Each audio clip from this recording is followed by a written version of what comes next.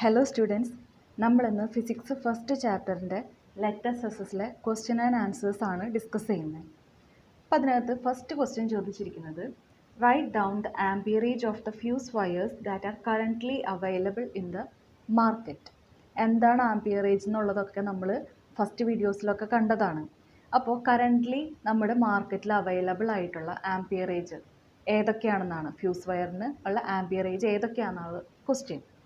അപ്പോൾ നമുക്കിപ്പോൾ currently available ആയിട്ടുള്ളത് 0.1 ampere, 0.2 ampere, 0.5 ampere, 1.5 ampere, 3 ampere and 5 amperage ഉള്ള ഫ്യൂസ് വയേഴ്സ് ആണ് നമുക്കിപ്പോൾ കറൻ്റ്ലി നമ്മുടെ മാർക്കറ്റിൽ അവൈലബിൾ ആയിട്ടുള്ളത്. ഇനി second question, 0.5 current flows through an electric heating device connected to 230 volt supply.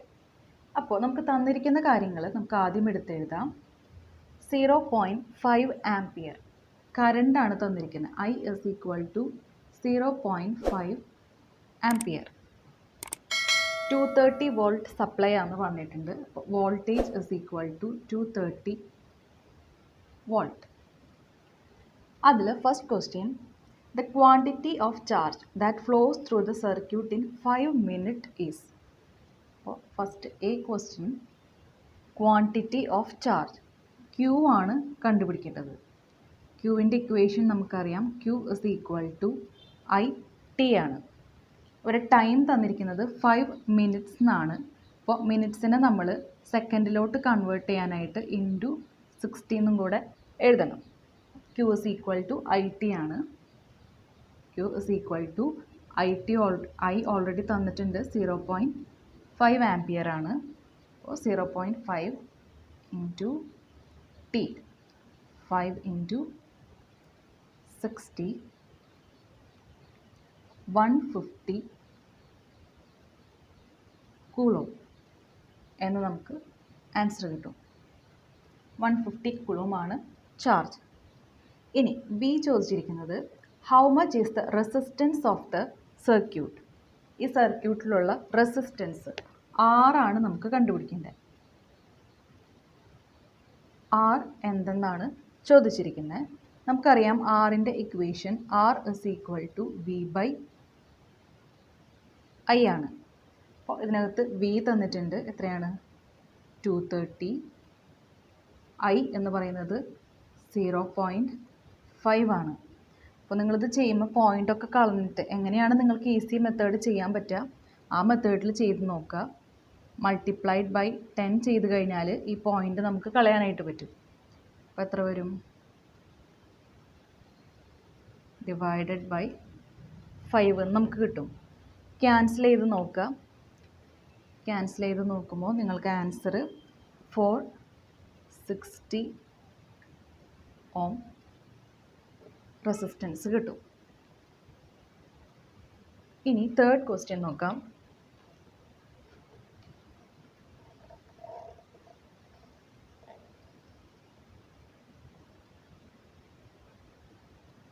Calculate the quantity of heat generated when the current flows in the circuit for 5 minutes. 5 minute time തന്നിട്ടുണ്ട്. ആ സമയത്തുള്ള heat എത്രയാണെന്നാണ് കണ്ടുപിടിക്കേണ്ടത്.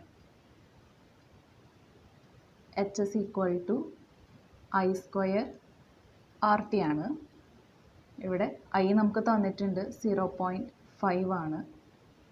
Square into R നമ്മളിപ്പോൾ കണ്ടുപിടിച്ചു, എത്രയാണ്? 460 ഓം. 460 into time 5 minutes ആണ് തന്നിരിക്കുന്നത്. അപ്പോൾ ഇൻറ്റു 60 കൂടെ ചെയ്യണം, സെക്കൻഡിലോട്ട് കൺവേർട്ട് ചെയ്യാനായിട്ട് ഇൻറ്റു 60 ചെയ്യണം. എല്ലാം കൂടെ ടോട്ടൽ മൾട്ടിപ്ലൈ ചെയ്യുക. നമുക്ക് 34,500 ജൂൾ എന്ന് കിട്ടും. എല്ലാത്തിൻ്റെയും കൂടെ ആൻസർ കിട്ടുമ്പോൾ യൂണിറ്റും കൂടെ എഴുതാനായിട്ട് പ്രത്യേകം ശ്രദ്ധിക്കണം. അപ്പോൾ H is equal to 34,500 joule എന്ന് ആൻസർ കിട്ടും. ഇനി ഡി ക്വസ്റ്റ്യൻ നോക്കാം. How much is the power of the heating device connected to the circuit if we ignore the resistance of the circuit wire. Power ആണ് കണ്ടുപിടിക്കേണ്ടത്. P is equal to നമുക്ക് V I എന്നുള്ള equation എടുത്തു കഴിഞ്ഞാൽ V 230 volt തന്നിട്ടുണ്ട്, I 0.5 ആണെന്നും തന്നിട്ടുണ്ട്. നമുക്ക് ആൻസർ 115 വാട്ട് എന്നായിരിക്കും കിട്ടുക. അപ്പോൾ ഇതാണ് സെക്കൻഡ് ക്വസ്റ്റ്യൻ കംപ്ലീറ്റ് ആയത്. ഇനി തേർഡ് ക്വസ്റ്റ്യൻ നോക്കാം. According to Joule's law, the heat generated due to the flow of current is H is equal to I square RT. Will the heat developed increase on increasing the resistance without changing the voltage? Explain. നമുക്കറിയാം H is equal to I square RT ആണ്. അപ്പോൾ ഇവിടെ ചോദിച്ചിരിക്കുന്നത് voltage constant ആയിട്ട് വെച്ചിട്ട് resistance increase ചെയ്താൽ, ഇവിടെ resistance increase ചെയ്ത് കഴിഞ്ഞാൽ ഹീറ്റിന് എന്ത് സംഭവിക്കും, ഹീറ്റ് കൂടാണോ കുറയാണോ ചെയ്യാന്നുള്ളതാണ് ക്വസ്റ്റ്യൻ. ഇവിടെ നമ്മൾ നോക്കുമ്പോൾ നമ്മൾ ജൂൾസ് ലോ പഠിച്ച സമയത്ത് മുന്നുള്ള വീഡിയോസിൽ കണ്ടു കഴിഞ്ഞാൽ നിങ്ങൾക്ക് മനസ്സിലാവും, ജൂൾസ് ലോയുടെ താഴെ നമ്മൾ പറയുന്നുണ്ട് ഈ ഓരോ ഫാക്ടറും എങ്ങനെയാണ് ഹീറ്റിനെ അഫക്റ്റ് ചെയ്യുന്നത്. അപ്പോൾ അതിൽ നമ്മൾ കണ്ട ഒരു ടേബിൾ നമ്മൾ ഫില്ല് ചെയ്തിട്ടുണ്ടായിരുന്നു.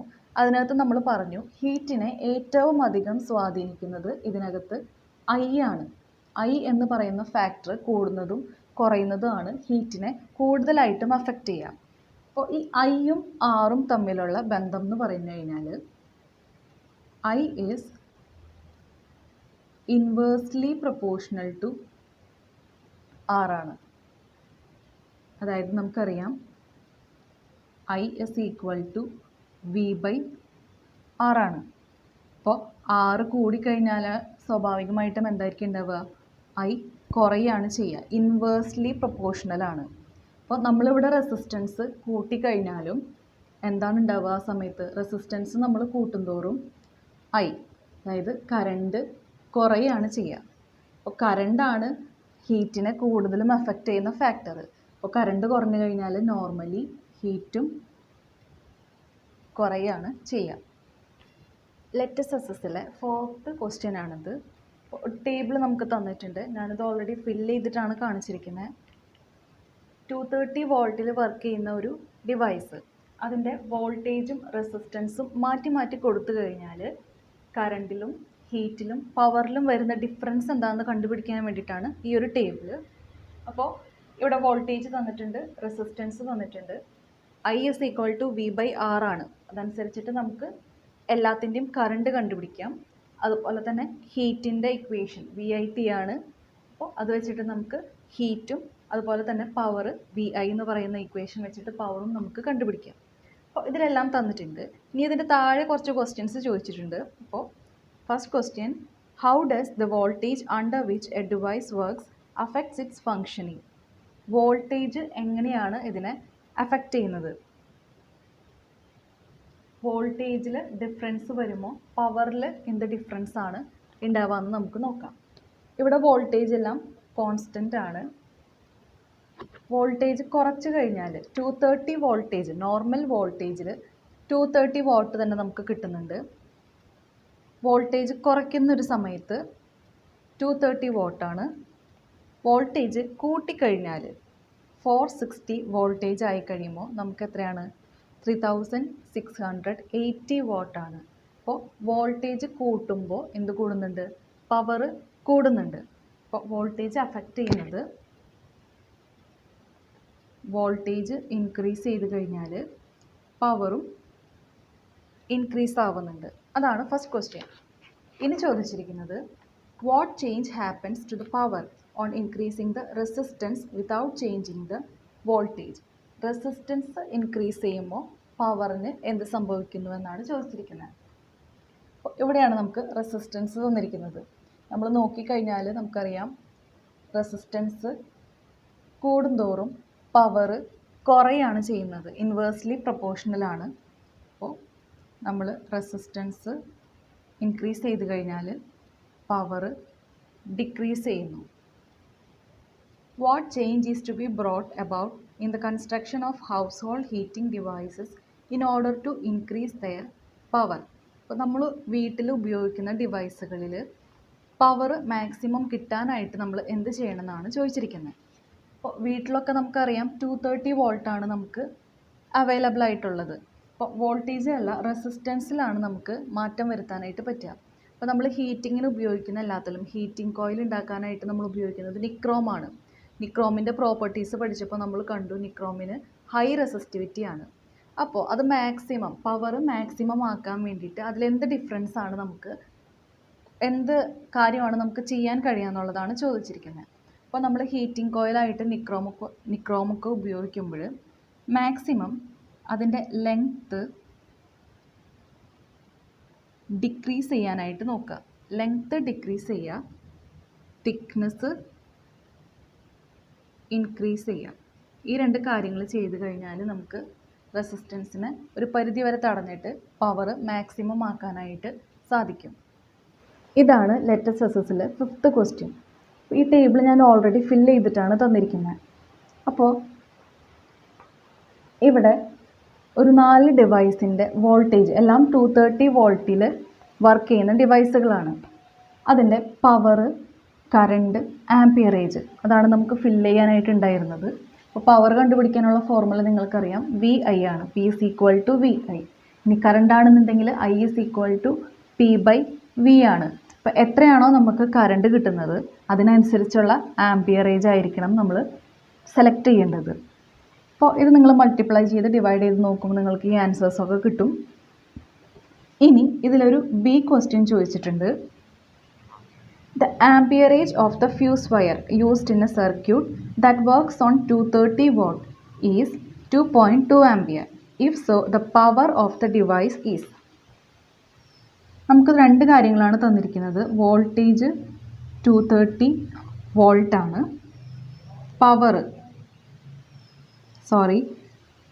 ആംപിയറേജ് അതായത് I is equal to 2.2 ampere ആണ്. പവറാണ് നമുക്ക് കണ്ടുപിടിക്കേണ്ടത്.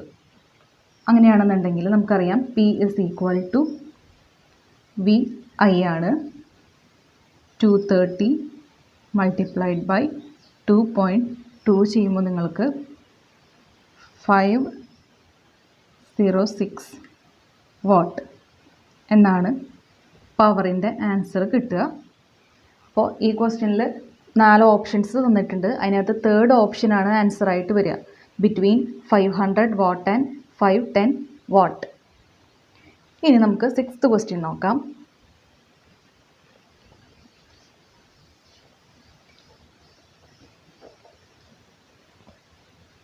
A 230 volt 115 watt filament lamp works in a circuit for 10 minutes.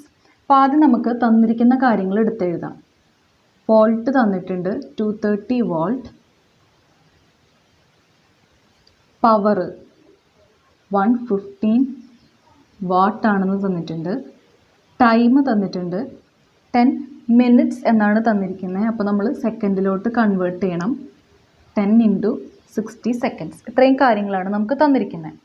എന്നിട്ട് ആദ്യം ചോദിച്ചിരിക്കുന്നത് what is the current flowing through the bulb. ഇതിലൂടെ ഒഴുകുന്ന കറണ്ട് എത്രയാണെന്നാണ് നമുക്ക് കണ്ടുപിടിക്കേണ്ടത്. I എത്രയാണെന്നാണ് കണ്ടുപിടിക്കേണ്ടത്. അപ്പോൾ നമ്മൾ ഇക്വേഷൻസ് നോക്കുമ്പോൾ നമുക്ക് Pയും Vയും തന്നിട്ടുണ്ട്.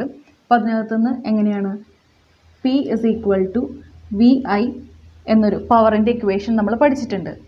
അതിനകത്തുനിന്ന് I is equal to P/V എന്ന് നമുക്ക് എഴുതാം. അപ്പോൾ Pയും Vയും നമുക്ക് തന്നിട്ടുണ്ട്. അപ്പോൾ I is equal to 230 divided by 115, that is 0.5 ampere ആണ് നമുക്ക് കറണ്ട് കിട്ടുക. ഇനി B ക്വസ്റ്റ്യൻ ചോദിച്ചിരിക്കുന്നത് how much is the quantity of charge that flows through the bulb in 10 minutes. ചാർജാണ് കണ്ടുപിടിക്കേണ്ടത്, അതായത് ക്യൂവിൻ്റെ ഇക്വേഷൻ നമ്മൾ ഓൾറെഡി പഠിച്ചതാണ്. Q is equal to IT ആണ്. I നമ്മളിപ്പോൾ തന്നെ കണ്ടുപിടിച്ചു 0.5 ആംപിയർ. അപ്പോൾ 0.5 ഇൻറ്റു ടൈം 10 മിനിറ്റ്സ് ആണ്. അതിനെ നമ്മൾ സെക്കൻഡിലോട്ട് കൺവേർട്ട് ചെയ്ത് 60. അപ്പോൾ നമുക്ക് എത്ര ആൻസർ കിട്ടും? 300. 300 ആണ് ചാർജിൻ്റെ യൂണിറ്റ് കൂളോം. 300 കൂളോം എന്നാണ് നമുക്ക് ആൻസർ കിട്ടുക. 7th question. An electric heater conducts 4 ampere current. അപ്പോൾ കറണ്ട് തന്നിട്ടുണ്ട്. I is equal to 4 ampere current when 60 volt is applied. Voltage 60 volt ആയിരിക്കുമ്പോഴാണ് നമുക്ക് 4 ആംപിയർ കറണ്ട് കിട്ടുന്നത്. What will be the current if the potential difference is 120 volt. Voltage 120 ആക്കി കഴിഞ്ഞാൽ കറണ്ടിന് എന്ത് difference വരും, current എത്രയായിരിക്കും എന്നുള്ളതാണ് നമുക്ക് കണ്ടുപിടിക്കേണ്ടത്. ഈ രണ്ട് കേസിലും ഡിവൈസ് സെയിം ആയതുകൊണ്ട് അവിടുത്തെ റെസിസ്റ്റൻസ് കോൺസ്റ്റൻ്റ് ആയിരിക്കും. അപ്പോൾ നമുക്ക് ആദ്യം തന്നിരിക്കുന്ന രണ്ട് വോൾട്ടേജും കറണ്ടും വെച്ചിട്ട് നമുക്ക് അവിടുത്തെ റെസിസ്റ്റൻസ് കണ്ടുപിടിക്കണം. R is equal to V/I ആണ്. അപ്പോൾ 60 divided by 4 that is 15 ohm എന്ന് നമുക്ക് കിട്ടും. റെസിസ്റ്റൻസ് കോൺസ്റ്റൻ്റ് ആയിരിക്കും, 15 ആയിരിക്കും. അപ്പോൾ ഇവിടെ ആയാലും റെസിസ്റ്റൻസ് എന്ന് പറയുന്നത് 15 ഓം തന്നെയായിരിക്കും. അങ്ങനെയാണെങ്കിൽ ഇവിടുത്തെ കറണ്ട് കണ്ടുപിടിക്കാനായിട്ട് I is equal to V/R ആണ്. 120 divided by 15 ചെയ്യുമ്പോൾ നമുക്ക് 8 ആംപിയർ എന്ന് ആൻസർ കിട്ടും. ഇനി നമുക്ക് അടുത്ത ക്വസ്റ്റ്യൻ നോക്കാം.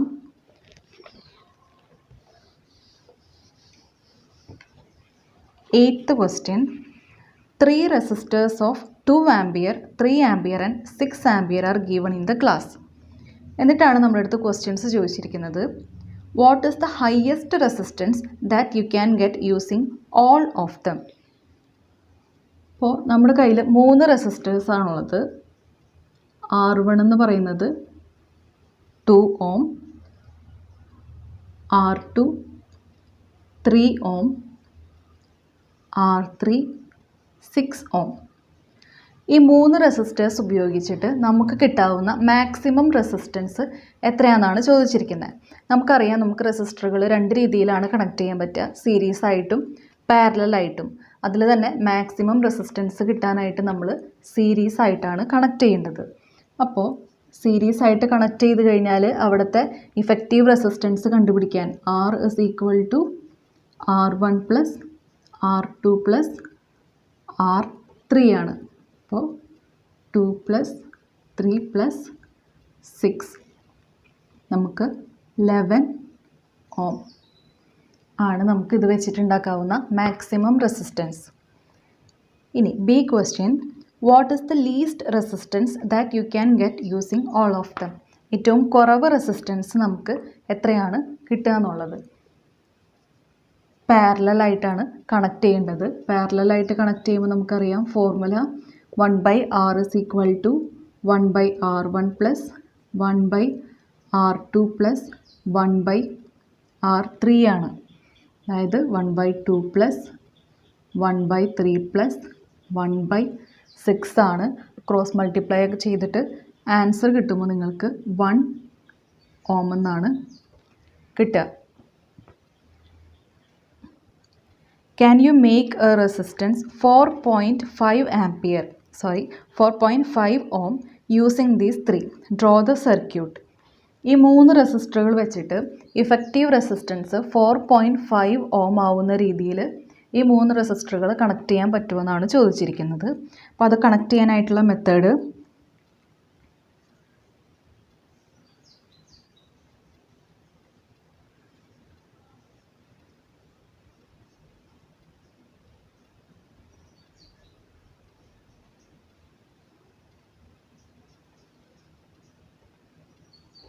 ഇത് 3 ohm, ഇത് 2 ohm, ഇത് 6 ohm.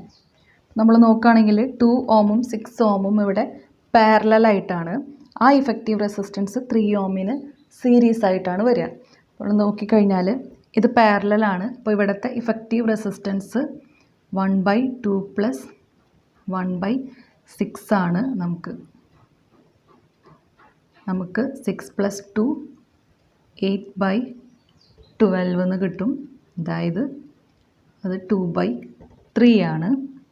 1/r ആണ് 2/3. അപ്പോൾ അതിനകത്ത് നമുക്ക് r is equal to 3/2 എന്ന് വരും. അപ്പോൾ ഇവിടുത്തെ ഇഫക്റ്റീവ് റെസിസ്റ്റൻസ് 3/2 ആണ്. That is series with 3 ohm. അപ്പോൾ നമ്മൾ ഇഫക്റ്റീവ് റെസിസ്റ്റൻസ് കിട്ടാനായിട്ട് 3/2 + 3 ചെയ്യും. അവിടെയും നമ്മൾ ക്രോസ് മൾട്ടിപ്ലൈ ചെയ്യുമ്പോൾ 3 + 6 / 2 9/2 ആണ്. നമുക്കറിയാം 9/2 എന്ന് പറയുന്നത് 4.5 ohm ആണ്. ഇവിടുത്തെ നമുക്ക് ടോട്ടൽ ഇഫക്റ്റീവ് റെസിസ്റ്റൻസ് കിട്ടുക. 9th question. A girl has many resistors of 2 ohm each. She needs a circuit of 9 ohm resistance. For this, draw a circuit with minimum number of resistors. ഒരാളുടെ കയ്യിൽ 2 ohmൻ്റെ കുറേ resistors ഉണ്ട്. അത് വെച്ചിട്ട് 9 ohm resistance ഉള്ള ഒരു circuit ഉണ്ടാക്കണം. അതും മിനിമം നമ്പർ ഓഫ് റെസിസ്റ്റേഴ്സ് വെച്ചിട്ട്. അപ്പോൾ R1 R2 അങ്ങനെ കുറേ ഉണ്ട്. എല്ലാം 2 ohm റെസിസ്റ്ററുകളാണ്. നമുക്കറിയാം 2 ohm നമ്മൾ സീരീസ് ആയിട്ട് കണക്ട് ചെയ്ത് കഴിഞ്ഞാൽ എല്ലാം കൂടെ ആഡ് ചെയ്താൽ മതി. ഒരു 4 എണ്ണം വെച്ച് കഴിഞ്ഞാൽ അപ്പോൾ തന്നെ 8 ohm റെസിസ്റ്റൻസ് നമുക്ക് കിട്ടും. അത് കഴിഞ്ഞിട്ട് ഒരു റെസിസ്റ്റർ നമ്മൾ എങ്ങനെ വെക്കണം? പാരലലായിട്ട് വെക്കണം. അപ്പോൾ അതിൻ്റെ സർക്യൂട്ട് നമുക്ക് നോക്കാം.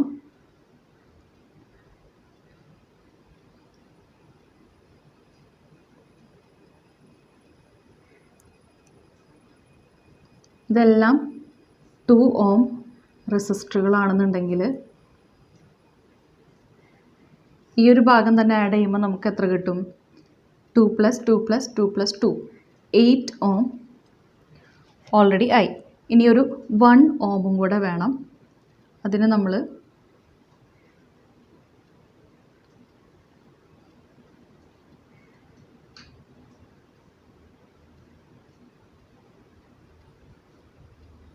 ഇവിടുത്തെ ഇഫക്റ്റീവ് റെസിസ്റ്റൻസ് എങ്ങനെ കണ്ടുപിടിക്കാം? ഇത് രണ്ടും പാരലലാണ്. അപ്പോൾ 1/r is equal to 1/2 + 1/2 ആണ്. അതായത് 2/2 that is 1 ohm. r is equal to 1 ohm എന്ന് നമുക്ക് കിട്ടും. അപ്പോൾ ഇവിടുത്തെ ഇഫക്റ്റീവ് റെസിസ്റ്റൻസ് 1 ohm ആണ്. ഇവിടുത്തെ ഇഫക്റ്റീവ് റെസിസ്റ്റൻസ് 8 ohm ആണ്. അപ്പോൾ 8 + 1 9 ohm ആണ് ഈ സർക്യൂട്ടിൻ്റെ മൊത്തത്തിലുള്ള ഇഫക്റ്റീവ് റെസിസ്റ്റൻസ്. ഇനി 10th ക്വസ്റ്റ്യനിൽ നിങ്ങളുടെ ടെക്സ്റ്റ് ബുക്കിൽ ഒരു ഫിഗർ തന്നിട്ടുണ്ട്. ഒരു ബൾബിൻ്റെ ഫിലമെൻറ്റ് പൊട്ടി അത് നമ്മൾ രണ്ടാമത് വീണ്ടും റീകണക്ട് ചെയ്തു. അങ്ങനെ ചെയ്ത് കഴിഞ്ഞാൽ ആ ബൾബിൻ്റെ ഇൻറ്റൻസിറ്റിക്ക് ദ ഇൻറ്റൻസിറ്റി ഓഫ് ലൈറ്റിന് എന്ത് ഡിഫറൻസ് ആണ് വരിക എന്നാണ് ക്വസ്റ്റ്യൻ ചോദിച്ചിരിക്കുന്നത്. എന്താ ഉണ്ടാവുകയെന്ന് വെച്ച് കഴിഞ്ഞാൽ നമ്മൾ രണ്ടാമത് റീകണക്ട് ചെയ്യുമ്പോൾ അവിടുത്തെ റെസിസ്റ്റൻസ് കുറയും. റെസിസ്റ്റൻസ് കുറഞ്ഞു കഴിഞ്ഞാൽ അവിടുത്തെ കറണ്ട് കൂടും. ആ സമയത്ത് intensity power of the bulb increase ചെയ്യും. അതിനനുസരിച്ച് intensity of the bulb also increases. ഇനി 11th ക്വസ്റ്റ്യൻ ഒരു ഈസി ക്വസ്റ്റ്യൻ ആണ്. നിങ്ങൾക്കൊരു 4 ഓപ്ഷൻ തന്നിട്ടുണ്ട്. അതിനകത്ത് തെറ്റായിട്ടുള്ളത് which of the following does not indicate the power of a circuit. Power കണ്ടുപിടിക്കാനുള്ള ഫോർമുല അല്ലാത്തത് ഏതെന്നാണ് ചോദിച്ചിരിക്കുന്നത്. സി ആണ്. IR² എന്ന് പറയുന്നതാണ് അതിനകത്ത് തെറ്റായിട്ടുള്ളത്. Next question. Which of the following should be connected in parallel to a device in a circuit. പാരലലായിട്ട് കണക്ട് ചെയ്യുന്നത് എപ്പോഴും വോൾട്ട് മീറ്റർ ആണ്. വോൾട്ട് മീറ്റർ നമ്മളെപ്പോഴും പാരലലായിട്ടാണ് ഒരു സർക്യൂട്ടിൽ കണക്ട് ചെയ്യുള്ളൂ. Next. When a 12 volt battery is connected to resistor 2.5 milliampere current flows through the circuit. If so, what is the resistance of the resistor? നമുക്ക് തന്നിരിക്കുന്നത് വോൾട്ടേജ് തന്നിട്ടുണ്ട് 12 volt 2.5 milli ampere current 2.5 milli ampere എന്നാണ് തന്നിരിക്കുന്നത്. If so what is the resistance of the resistor? R ആണ് നമുക്ക് കണ്ടുപിടിക്കേണ്ടത്. അപ്പോൾ നമുക്കറിയാം R is equal to V/I ആണ്. ഇവിടെ V എന്ന് പറയുന്നത് 12 ആണ്. I 2.5 മില്ലി ആംപിയർ എന്നാണ് തന്നിരിക്കുന്നത്. അപ്പോൾ മില്ലി ആംപിയറിനെ ആംപിയറിലോട്ട് കൺവേർട്ട് ചെയ്യാനായിട്ട് നമ്മളതിനെ ഡിവൈഡഡ് ബൈ 1000 ചെയ്യണം. അപ്പോൾ അതിനെ ഡിവൈഡ് ചെയ്യുമ്പോൾ അത് ഇവിടെയാണ് 1000 വരിക. അപ്പോൾ 12,000 ഡിവൈഡഡ് ബൈ 2.5 നമുക്ക് 4,800 ഓമാണ് റെസിസ്റ്റൻസ് ആയിട്ട് കിട്ടുക. ഇനി നെക്സ്റ്റ് ക്വസ്റ്റ്യൻ, നമുക്ക് കുറച്ച് റെസിസ്റ്ററുകൾ തന്നിട്ടുണ്ട്. 0.2, 0.3, 0.4, 0.5 and 12 ohm resistors are connected to a 9-volt battery in parallel. What will be the current through the 12 ohm resistor? അപ്പോൾ ഈ റെസിസ്റ്ററുകൾ എല്ലാം പാരലൽ ആയിട്ടാണ് കണക്ട് ചെയ്തിരിക്കുന്നത്. ഒരു 9 വോൾട്ട് ബാറ്ററിയിലേക്കാണ് കണക്ട് ചെയ്തിരിക്കുന്നത്. അപ്പോൾ വോൾട്ടേജ് എന്ന് പറയുന്നത് 9 വോൾട്ടാണ്. നമുക്കറിയാം പാരലൽ കണക്ഷനിൽ എല്ലാ റെസിസ്റ്ററിലോട്ടും സെയിം വോൾട്ടേജ് ആണ് നമുക്ക് കിട്ടുക. അപ്പോൾ കറണ്ട് കണ്ടുപിടിക്കാനായിട്ട് I is equal to V/R ആണ്. വോൾട്ടേജ് എല്ലാ റെസിസ്റ്ററിനും സെയിം ആയിരിക്കും, 9 തന്നെയായിരിക്കും. 12 ഓം റെസിസ്റ്ററിന് അക്രോസ് ഉള്ള കറണ്ടാണ് കണ്ടുപിടിക്കേണ്ടത്. 9/12 എന്നാണ് നമുക്ക് കിട്ടുക. That is 0.75 ampere. ഇനി 16th question, how many resistors of 176 ohm should be connected in parallel to get 5 ampere current from 220 volt supply? ആദ്യം നമുക്ക് തന്നിരിക്കുന്ന കാര്യങ്ങൾ നമുക്ക് എടുത്തെഴുതാം. റെസിസ്റ്റൻസ് 176 ഓം എന്നാണ് തന്നിരിക്കുന്നത്.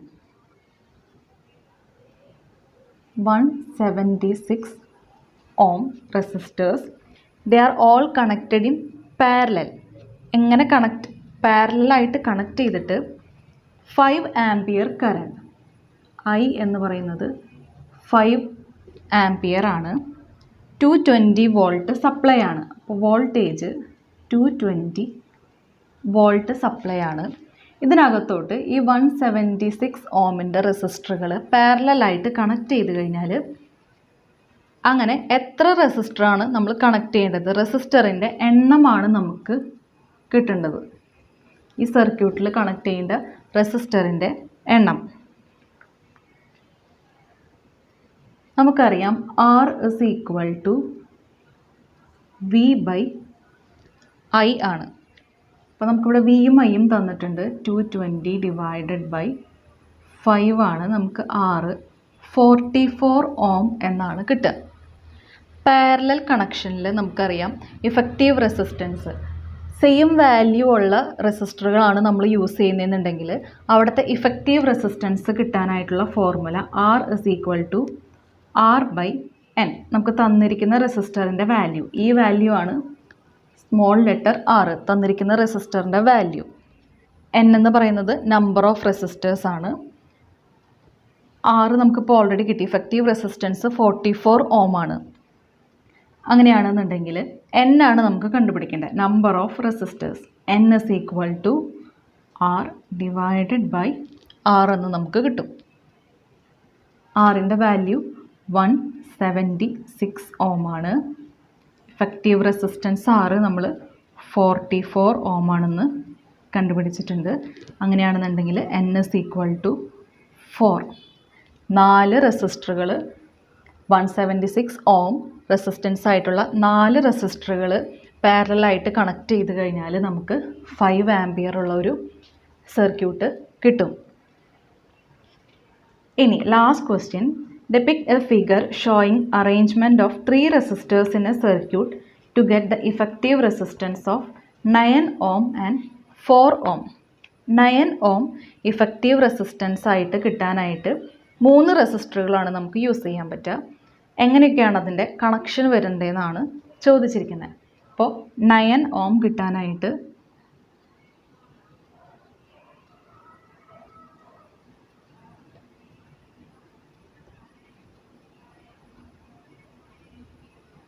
നമ്മൾ 6 ഓം റെസിസ്റ്ററുകളാണ് യൂസ് ചെയ്യുന്നതെന്നുണ്ടെങ്കിൽ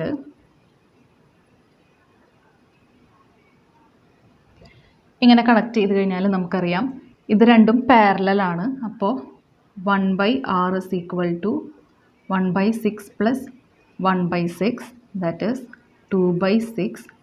1/3 ആണ്, അതായത് effective resistance R is equal to നമുക്ക് 3 എന്ന് കിട്ടും. ഇത് അതിനോട് സീരീസ് ആയിട്ടാണ് നിൽക്കുന്നത്. അപ്പോൾ ഈ റെസിസ്റ്റൻസ്, ഇവിടുത്തെ ടോട്ടൽ റെസിസ്റ്റൻസ് 3 + 6, നമുക്ക് ഇതിൻ്റെ ടോട്ടൽ ഇഫക്റ്റീവ് റെസിസ്റ്റൻസ് 9 ഓം എന്ന് കിട്ടും. ഇനി ഇഫക്റ്റീവ് റെസിസ്റ്റൻസ് 4 ഓം കിട്ടണമെന്നുണ്ടെങ്കിൽ എങ്ങനെയാണ് സർക്യൂട്ട് കണക്ട് ചെയ്യേണ്ടത്? അതിന്